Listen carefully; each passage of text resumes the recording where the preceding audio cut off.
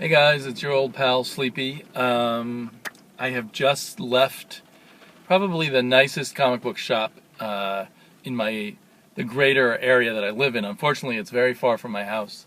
There's no way I could ever get to it except on the weekends, and even then, I usually can't get away from my family. But I could this weekend, and the reason why I say that is since it's my favorite shop. It's sad that I can't. That I can't make it my regular shop, but there's no way I could get my pull list from there more than like twice a month. So instead I go to a shop I don't like quite so much. One of the amazing things about this shop is it has a huge number of 50-cent long boxes. And what was I going to say? And they the closest thing to that in any other shop around here is a dollar bins, and that place that has dollar bins has maybe $10 bins. This place has 70. I counted them this time, or counted roughly $70 bins. I mean 50-cent bins. And I've heard people talk about 25-cent bins. I've never seen that anywhere in my area. So I just spent an hour getting absorbed, or more than an hour, searching through those. But I was limiting my spending to under $20, and I managed to cut myself off at $16. But I'm very happy with what I got. It's kind of scary looking through those and seeing comics that maybe no one wants ever anymore. I mean, I'm not totally sure. Like Jackie Chan comics. Well, maybe someone would want those, but there's other things that are just really just sort of obscure small press things that it's hard to imagine. And there are things in there that used to be really popular that there are just tons and tons of that no one wants. Valiant Comics is a big example. Solar, Man of the Atom, Magnus, Robot Fighter. Even though those comics are now coming back. So, this might be kind of jumbled. One of the things I found was 4 issues of Night Force, which I once owned, all of the issues of Night Force, but 60-cent cover price, so I got them cheaper than their original cost. This was a series by Marv Wolfman and Gene Colan when they both came over from Marvel too. This one is even in Mylar. That's amazing. That's nice though. Maybe I can test to see whether the ones in Mylar are in better shape or smell better than the ones in the propylethylene or whatever it is. So I've got 5, 9, 10. I know somewhere in here I think I bought a one more. Oh, here it is. And number 3. I definitely remember having these and really liking them. They weren't as good as Colan and Wolfman's Tomb of Dracula run, or at least they didn't seem that way to me then. But it was really exciting to have this team back together, handling horror. Here's some other kind of random things which I had good memories of in the past. This must have been from the early 80s. When Comics first started up, one of their earliest comic series was Warp, which was based on like a wild and crazy science fiction play that they turned into a comic book with art by Frank Brenner. I don't know if he did the whole run or just the covers after a while. This one's in Mylar also. But they were really cool at the time. Seemed really cool to me at the time, so we'll see. I've got issues 7 and 8. And I definitely recognize this cover. I had that. I think I had those starting with number 1. Again, lost forever. This is something from Deluxe Comics called Wally Wood's Thunder Agents. It's not Thunder Agents by Wally Wood. This is number 4. But it does have like Steve Ditko doing the Thunder Agents. Some other interesting artists, George Perez. I wonder when this came out. Who else have we got here? Rich Buckler. So it's interesting. I as soon as I saw the Steve Ditko, I had to pick it up. This was published in 1986. So part of that mid-80s sort of blossoming of independent publishers. Someone must have got the rights to Wally Wood's Thunder Agents and published these for a while. And here's something I've been seeing other people get and been very jealous of, and I was excited that I found a bunch of these issues still in their original plastic wrap with the trading cards inside of them. Topps Comics, right at the end of Jack Kirby's life, did a series of Jack Kirby comics. I think he might have even died while these were coming out. So they were based on his ideas done by other people. Some of them have covers by him. This cover is not by him. Anyway, it's just kind of fun just because I'm a Jack Kirby memorabilia collector. So this is Jack Kirby's Secret City Saga number 2. Jack Kirby's Secret City Saga number 1. That looks like a Steve Ditko cover. Yes, it is. Okay, so that makes it kind of cool in my eyes. Anyway, more of those will come up here in this stack. Again, something I had and lost. I don't know if I ever had all the issues. They were hard to find and they came out irregularly. Alan Moore and Rick Veitch did this weird series called 1963, which was basically their homage to Stan Lee Jack Kirby comics in their weird, bizarre way. So this one says it's book 1, but I don't know. They all had all these different titles and numberings. Mystery Incorporated, book 1, and there's another one of them somewhere in here.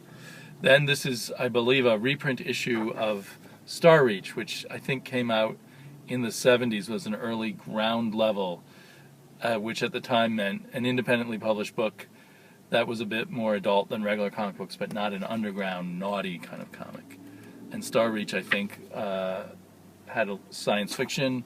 We've got Neil Adams, Frank Shirakuro in here, Jim Starlin, Dave Sim, so that'll be fun to read.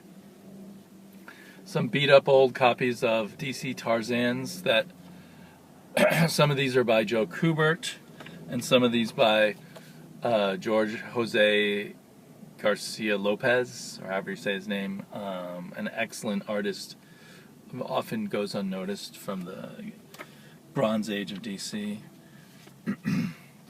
So I didn't even know he had drawn Tarzan for a while, but it's sweet stuff. It'd be nice if it were reprinted on high-quality paper. Some other Jack Kirby oddities, another one of those mid-'80s small press or smaller comic book companies, Pacific Comics, published a bunch of Jack Kirby, including Silver Star, and I got 3 issues of that. That was before 1, 2, and 4 is what I've got here. I think there's a nice reprint book of these put out by, I want to say by Two Morrows, but maybe not, but by someone. And then, here's another Kirby one. This one has a cover by Kirby, inked by McFarlane.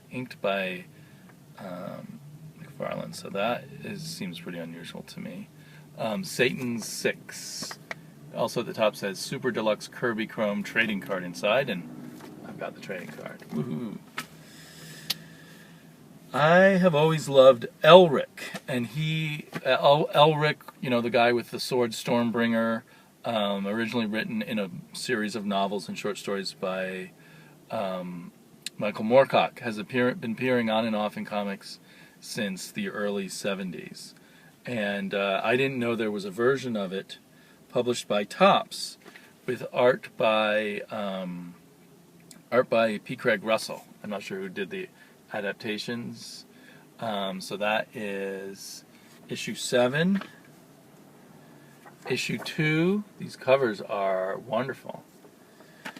Issue 3,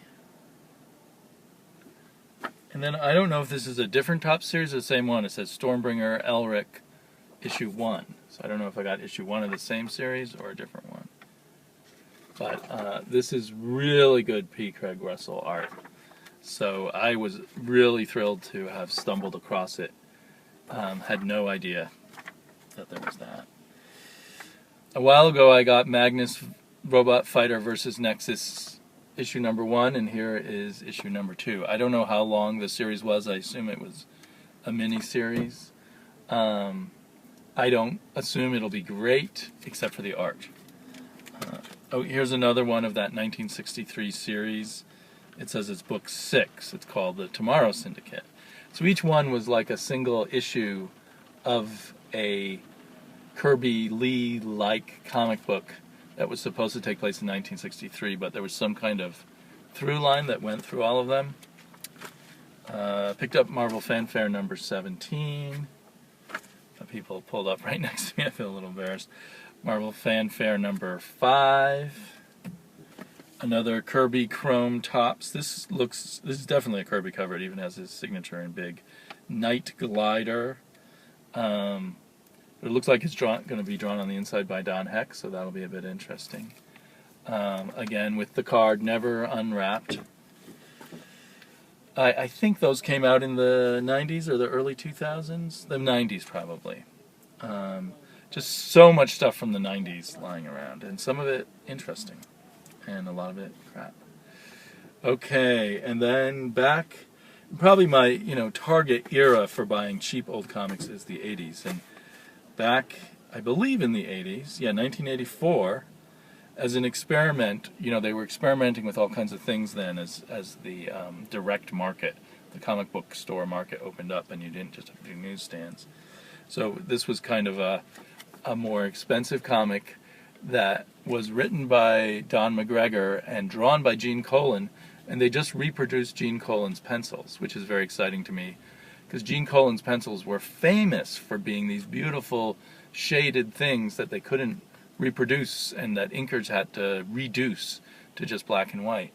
So I'm really excited to find this. I did not buy these when they originally came out. So I've got number 1, number 2, 3, and 4. The covers do look like they're inked, but I know the interiors are not inked. Yeah, these covers are inked by Dick Giordano and look nice. If anyone were to ink Gene Colan, Giordano seems like a good choice to me. Although Etonic 1 has proven pretty convincingly in one of his videos that the best inker for him was Tom Palmer. I'm a little bit of trepidation because Don McGregor, in my memory, was the ultimate overwriter of sort of decadent 70s style of writing. So I don't know what he was doing by 1984. You'd think in a series about a hard-boiled detective, maybe his overwriting will be toned down a little bit.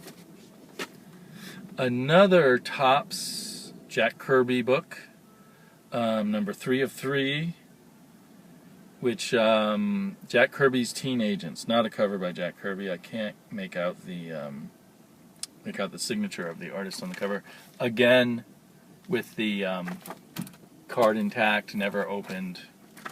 At one point, someone was trying to sell it for $3. It was a $2.95 book. It says it is written by Kurt Busiek, so that's also interesting.